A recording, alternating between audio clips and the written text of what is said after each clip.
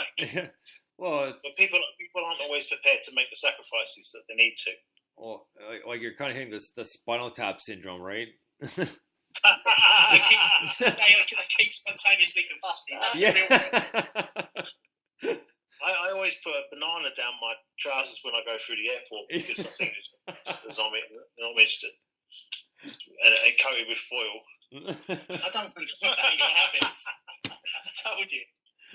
Because we love Spinal Tap, don't we?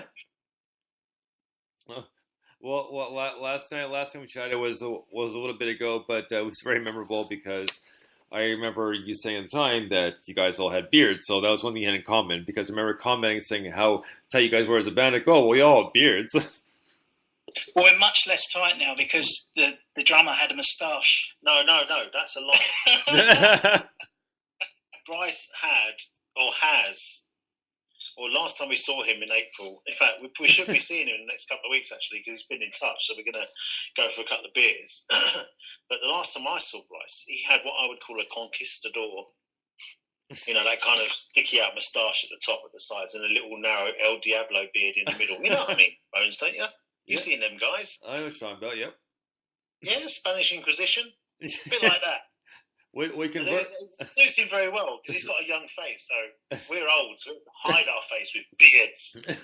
Spanish Inquisition. Do you guys remember the History of the World done by Mel Brooks? Yes, we do. Yeah. Inquisition. We convert. Yeah. No. Yeah, we do. And it had Mel Smith. Mel Smith was in it, who was a fine British actor. Who's unfortunately no longer with us, but he was hilarious. When we were growing up, there's a series called 9 O'Clock News where he played a major part in that, and it was a cult comedy show at the time. It was like early stand-up, right? Nice, like late 70s, early 80s, and he was brilliant in that. So it was only natural that he would go on to do something similar with Mel Brooks. Mel Brooks is cracking.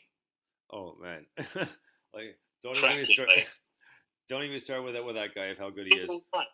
Pardon? We'll be here all night. Yeah, exactly, right?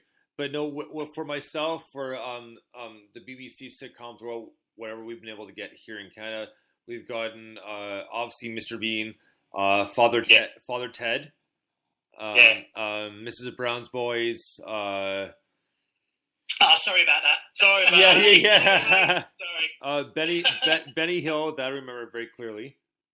Benny Hill? Yeah. Oh, yeah. And those are the ones I can remember. But, I mean, that kind of led the way. But also, I mean, I remember years ago when I first, years ago, like 20 plus years ago when I first discovered Monty Python, because at the time we were able to record VHS. VHS to VHS. We essentially kind of burned a copy of The Holy Grail from our friend. And they got into that. And then I got a couple years older, and I got more than half the jokes the second time around. And then of course, we got into Faulty Towers. Brilliant. So brilliant. And the Nuggets Farty Towels. Yeah. Farty owls. Flowery twats. Brilliant. So it's okay because your time is late enough in Canada. It's not a big deal. So. We're away with a little language, but I'm showing the missus this right now. We've gone through the first 6 episodes, and surprisingly, she's loving it. She wasn't a huge fan of Life of Brian or The Holy Grail, but she's actually liking Faulty Towers. So, Faulty Towers is hilarious. It's non-stop. Yeah. Have you noticed that we haven't sworn yet? Yeah, a good point, and that's not necessarily a bad thing, but here and there, it's. Because it's only 5 p.m. or 4 p.m. there, isn't it? So we're not going to swear. We're going to speak in our best South London accents. It's 20 after 4 p.m. in the afternoon here in London, Ontario. But the same amount too is, just generally speaking, we are on the internet, and we have a little bit more freedom.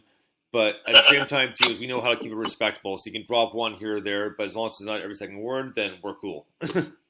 Just let us know when we can start swearing, mate. All right, and the shackles be off. We'll go for it. All right. Well,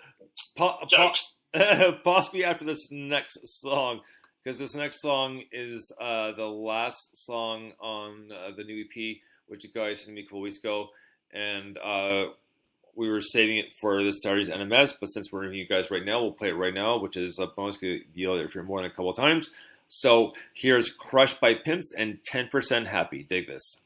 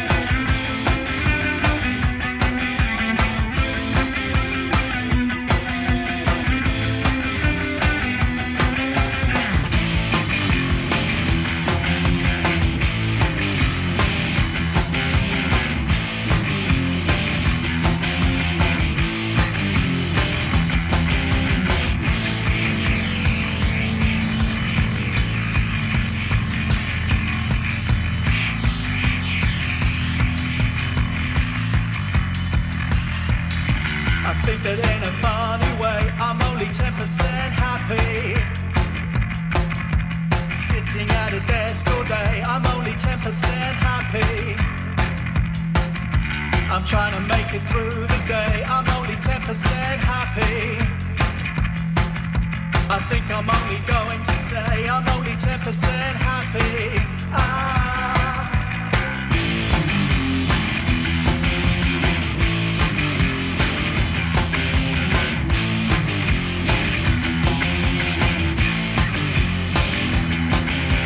Did you hear the news today? I'm only 10% happy.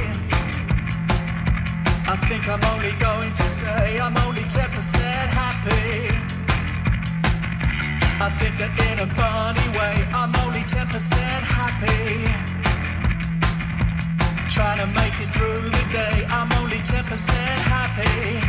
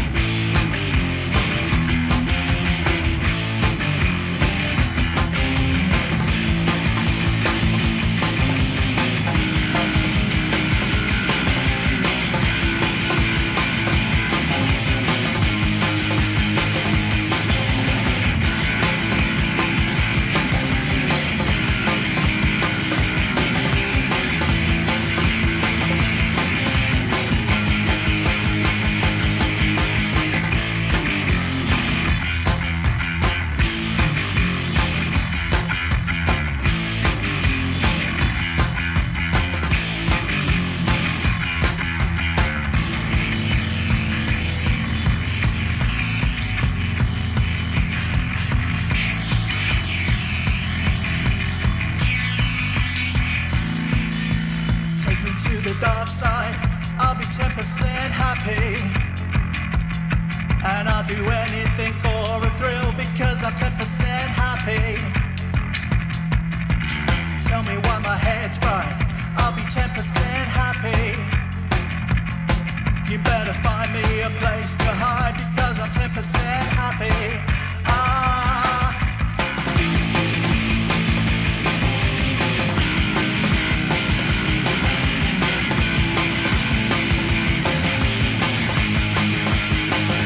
It's always been the same. There'll be someone to blame. Something's put me in the frame, and mine is just a pain.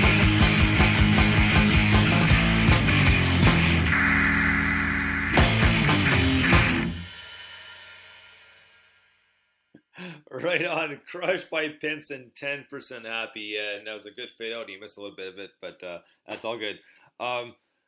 This song is a little bit more, I'd say, like alternative, industrial, and I just love how you guys mixed up. Now, I mean, I know you guys say you start with the titles, but musically, is there any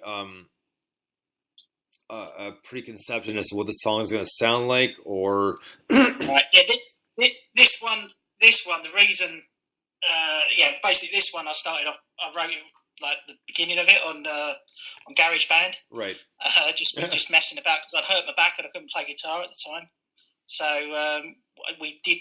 There's if you listen to the album, there's some like little bits and pieces in between the songs, which was the original track, and then we decided that actually we could make a song like a traditional, shall we say, 3-piece rock and roll song out of it. I think when we were in between bands, if you like, Right. that's the term we use for unemployed. When we were in between bands, we employed a drum machine, which was a sampler and stuff like that, and it actually started off as like Ben says, with these bits and bobs that he'd been doing, and we put a dub bass line underneath it, and it was actually a lot slower. Right. So it was more like a dub piece, and it was more like a dark reggae sort of feel. But then when we actually got someone to play drums on it, it felt better to go a lot quicker with it and be a bit more bouncy and a bit more aggressive. Right. And that's how it's turned out like that. Okay, well, it just like I said, all the way along, like and this is, I mean, obviously, like I'm a big fan of you guys, but I just all the way along, I loved how you kind of changed things up and moved like kind of up and down through different different concepts for music and just ways of altering to make it sound like really good. Because I'm telling you right now, you guys are literally specifically unique because there's no one out there like you guys at all, whether it was Mr. Susan or Crushed by Pimps. You guys are totally like on the board unique. Yes, like that's a blessing in disguise. It pretty much is, man. Because when you tell some man like, dude, you gotta fucking hear this, like, you know, it's like okay, right? It's like, wow. When it's that sort of transition, it's worth it. It's interesting because when we were playing gigs with Mr. Susan, we would always have all the other bands would come up and go, wow, you guys have got presence, and oh yeah, that sounds fantastic, and brilliant. And then we play the next gig to 20 people and the pub loony, and the novelty would wear off a little bit, and the dog on a string. A lot of people have said that. I think the first gig I ever did with the Susans, I suppose 6 years ago, we played with this band from Ireland, and they were actually a band called Able Archer, really good, really had their shit together. Right. And they said to us, oh, you're the most avant-garde band we've played with, and you're definitely the loudest bassist we've ever come across. Really complimentary about us, really nice guys. And, the bottom line is there was hardly anybody there. So we're both playing to this almost empty room. So sometimes it doesn't matter how unique you are. It doesn't matter how good you are. If you're not on point with the trend, then it's really difficult to get people to kind of listen to you anyway, which is why shows like yours are great, because actually you just play what you want, and that you don't get a lot of that. Since John Bill sort of evaporated and shuffled off this mortal coil in this country, right, there's very few people that will play anything other than what sounds right at the time. So it's really good to have people like you around, Dr. Bones.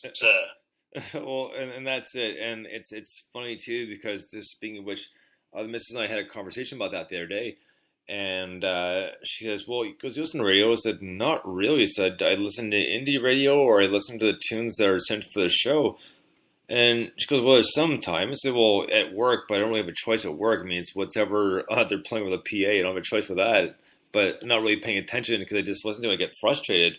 And it doesn't matter whether it's a station playing new one-hit wonders or what have you, or it's playing, they call it, like kind of 80s, 90s, and whatever, which is just a bunch of essentially one-hit wonders and crap. And but the thing is, I have to admit, I am critical. I'm not going to lie. I am critical of what I listen to, but no, I have a whole bunch of reasons for that specifically anyways.